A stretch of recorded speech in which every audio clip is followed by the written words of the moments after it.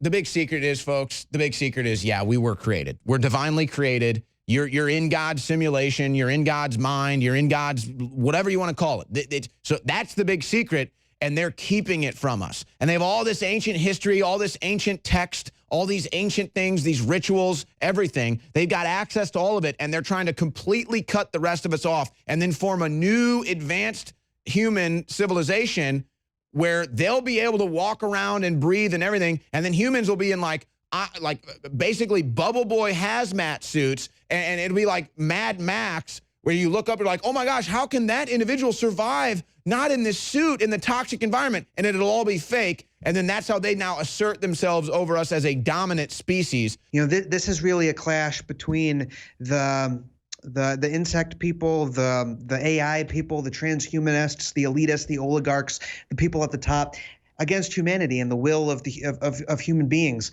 And we need Trump to win in order to, keep our representation in this system where they are consolidating most of the wealth in the world, and they're doing it at hyper speed. So we need to come back just as strong. They have declared war against America and against all of Trump's supporters ever since Trump won that surprise victory. And so, there can't just be one side putting up any kind of effort here. And I want to see things go peacefully.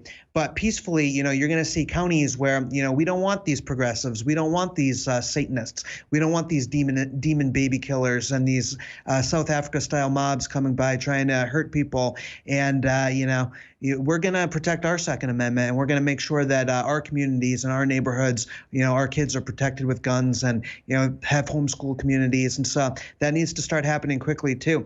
It's becoming impossible to coexist with people who want you dead. The FBI is leading an investigation into whether unverified emails, they say, unverified. It's unverified. It's unverified that I'm Owen Schroyer talking live on air. It's unverified. It's unverified I'm wearing a jacket or a white button-up shirt, or I got my hair slicked to the side or a watch on. It's all unverified, folks, okay?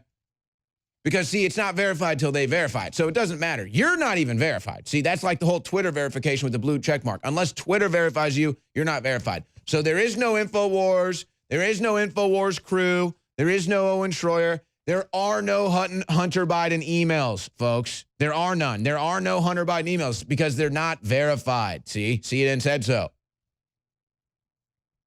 CNN says it's unverified, so it doesn't exist. But it's the FBI now leading an investigation into whether unverified emails about Hunter Biden are tied to and here you go, ongoing effort targeting his father's campaign by Russia. They got the guy's laptop. They've got thousands of things. I mean, they're going through it. And I give great credit to the New York Post, for what they did. The New York Post. I don't know how many of you read the New York Post, but it's the oldest paper in the United States. I think it's like the 5th largest paper. It really is. You talk about mainstream media. They went out and they did what these people should have been doing. These people do nothing. But I said it very timidly, and now I say it. Joe Biden is a corrupt politician, and he has been for a long time.